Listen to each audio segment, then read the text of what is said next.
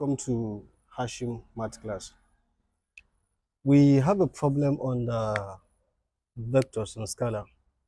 We know that whenever you are asked to find the resultant of two vectors that are opposite in direction, all you need to do is subtract one of the vectors from the other to get the resultant. And if you are to find the resultant of two vectors that are acting in the same direction, all you need to do is to add the vectors. Now, we have a problem given to us. We are asked to obtain the resultant and direction of the forces in figure below.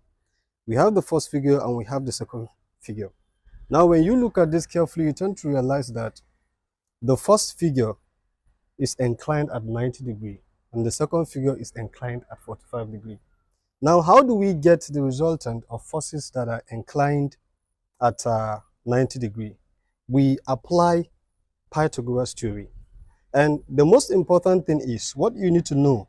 The resultant between a forces or two forces acting, or inclined at 90 degrees, the distance between this and this gives you the resultant. Now, applying Pythagoras theory, we are going to have this as r squared is equal to p squared plus what? Q squared. Now, where I choose to call here my p and I choose to call here my what? My q. So which means we are going to have it as r squared is equal to 15 Newton square, then plus 20 Newton square, which is equal to 15 Newton is going to give us 225 Newton plus 20 Newton is going to give us 400 Newton. Now, when we add everything together, this we are going to have 625 Newton. Then here we are having our r squared.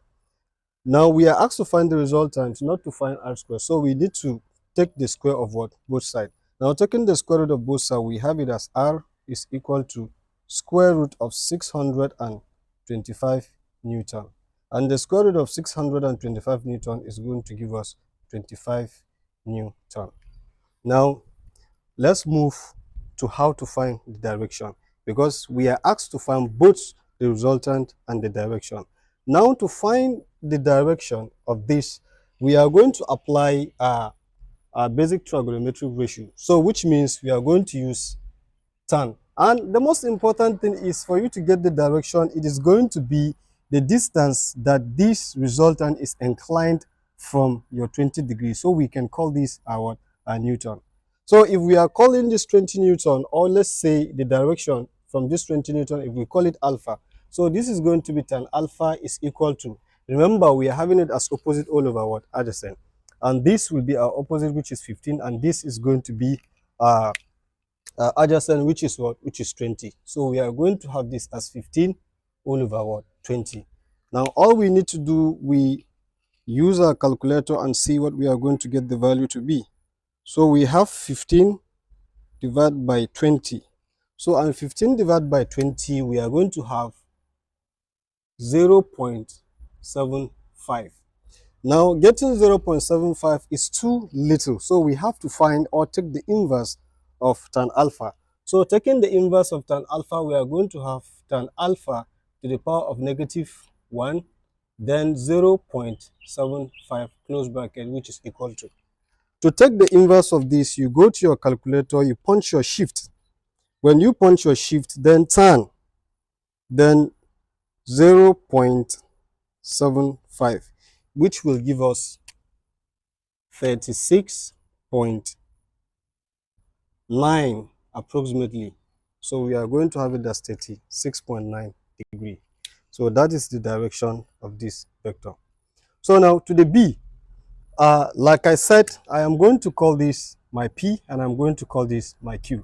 Now, to find the resultant of this, the diagonal in this, which is the line that moves from this point, if we call this place O, the line that moves from this point upward to this point is what we call our resultant. So to get this, we are going to apply the cosine rule. And we know the cosine rule is given to us as r squared is equal to p squared plus q squared plus 2pq then cos theta. Or let's say, since we are using, if we are to use alpha, we use alpha, but let's use cos theta.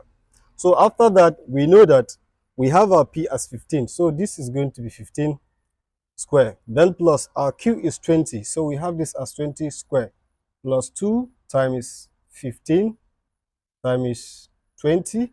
Then cos the angle, we have it as 45. So it is going to be cos 45. So simplifying this, 15 square, we are going to have 225 plus 20 square, we are going to have 400. Then plus 2 times 15 times 20, we are going to have 600. Then times cos 45 is going to give us 0.7071. So when we do that, we add when we add this and this, we are going to have 625. Then plus, now all we need to do is multiply 600 by 0.7071. So 600 times 600 times 0.7071.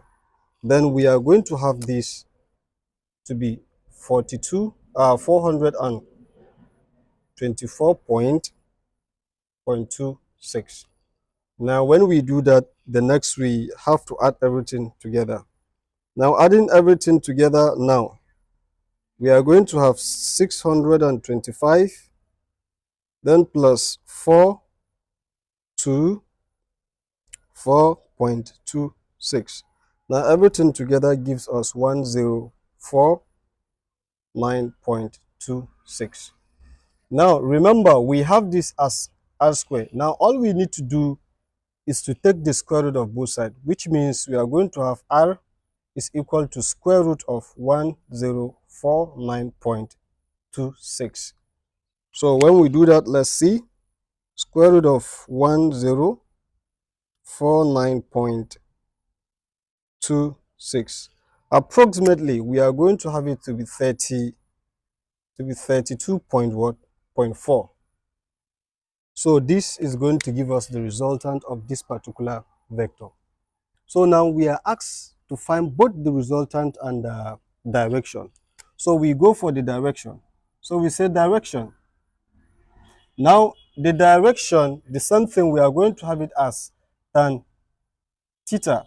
Now tan theta is equal to, I am going to take this, which is the value of this is 20. So this is going to be 20, then sine 45 degree all over, then this, which is 15 plus 20, then cos 45 degree. Now let's punch and see what we have. 20 sine 45. Now 20 sine 45, we are going to have it as 14.14. Then over, we have this as 15. Then we say plus. Then 20 cos 45. 20 cos 45 is giving us 14.14, sorry, 14.142. Then we say equal to. Now when we do that, we have to add. So 15 plus 14.142. We are going to have it as 29. So this is giving us 14.14 all over 29.142, which is equal to. So now 14.14 divide by 20 divide by 29, 29.142. So we are going to have this as 0.485. So the same thing, this is too little, so we need to take the inverse of this. So we take the inverse, so this is going to be tan, then inverse of 0.485 is equal to. So let's take the inverse and see. So tan 0.485. We are going to have this as 25 point approximately 9. So this is going to be 25.9 degree, which means when the force is being inclined, or should I say when the force is being acting from 15 Newton to 20 Newton. So thank you very much. In our next class, we are going to look at how to find the resultant of two or more vectors. And we are going to also have a problem that has to do with baby when a force is being acting on the wall. Thank you very much. Subscribe to my channel.